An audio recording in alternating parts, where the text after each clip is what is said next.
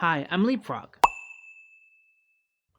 Hello, my name is Logan Shaw, or one Logan Story. Today we're talking about Disneyland, this next pop culture history highlight.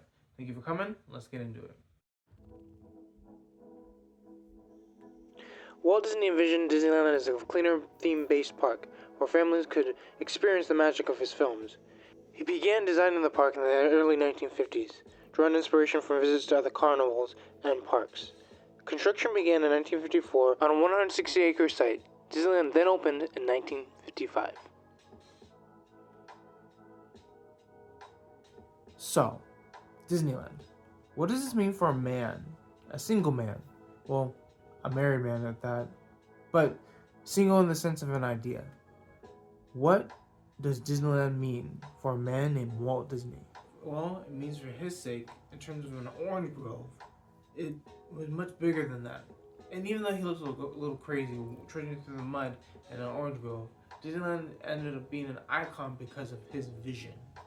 And because of that, there's so much to say about what could be and what couldn't be in terms of what is actually set for a man to have a vision so vast. And it certainly showed through on his TV show, The Disneyland Story.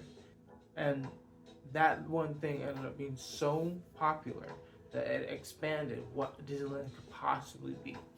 And just because there's a digression going through between building Disneyland and making it so as into a certain vision, there's still a sense of power that comes with making something as big as a Disneyland park.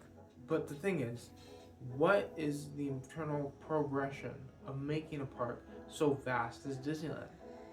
And how is it still in business today, packing in a lot of guests from years beginning to years going on? Well, here's the thing. Customer satisfaction is big in Disneyland, and in terms of Disney, it takes it to a new realm each and every time. Whether it be through service, characters, rides, or attractions, it could be said that Disney holds a high standard in customer satisfaction. What are the details through going through Disney's history? What are the things that make Disneyland a competitor and a high competitor for a lot of different parks? Why is it the happiest place on earth? Well, let's go into detail. Okay, so there's a lot of things that should be said about what a Disney park is. And what a Disney park is what it reflects. And with any Disney park, especially Disneyland, it reflects an idea of succession going forward. That means anything that's old, bring in the new. Don't forget the old, but bring in the new as well as bringing the new attractions to new people throughout the world. What that means can be actually something huge, something new in terms of investing for our park, bringing in the new to bring the new things to the guests that want new things, that explore new things, such as Marvel, or Star Wars, or Pirates of the Caribbean, or whatever it may be. Disney knows how to entertain the guests with what's new and make fresher with things that seem bigger and better than ever before. But here's the thing. When you live into succession, fame, fortune, and glory, you end up being too high-ended to really see the digression of such a place. See, in 1955, when the park opened, there were plumbing issues. The women's heels were melting into the pavement. There was a lot of things going on in Disneyland that was going wrong that ended up being something that worked towards to be fixed upon. So, yes, Disneyland's a grand treasure, but even Disneyland has its moments. That being said, there's things that need to go into process that make Disneyland what it is today through trial and error, through trying new things. But Disneyland in that time was around things that was different than itself being Disneyland. See, it was a grand scope of a huge park and a huge luxury, but it was around things that were different in terms of luxury. So, what does that all mean? What does that all mean for you and I? How can we connect this to bigger and better things? Well, application, of course.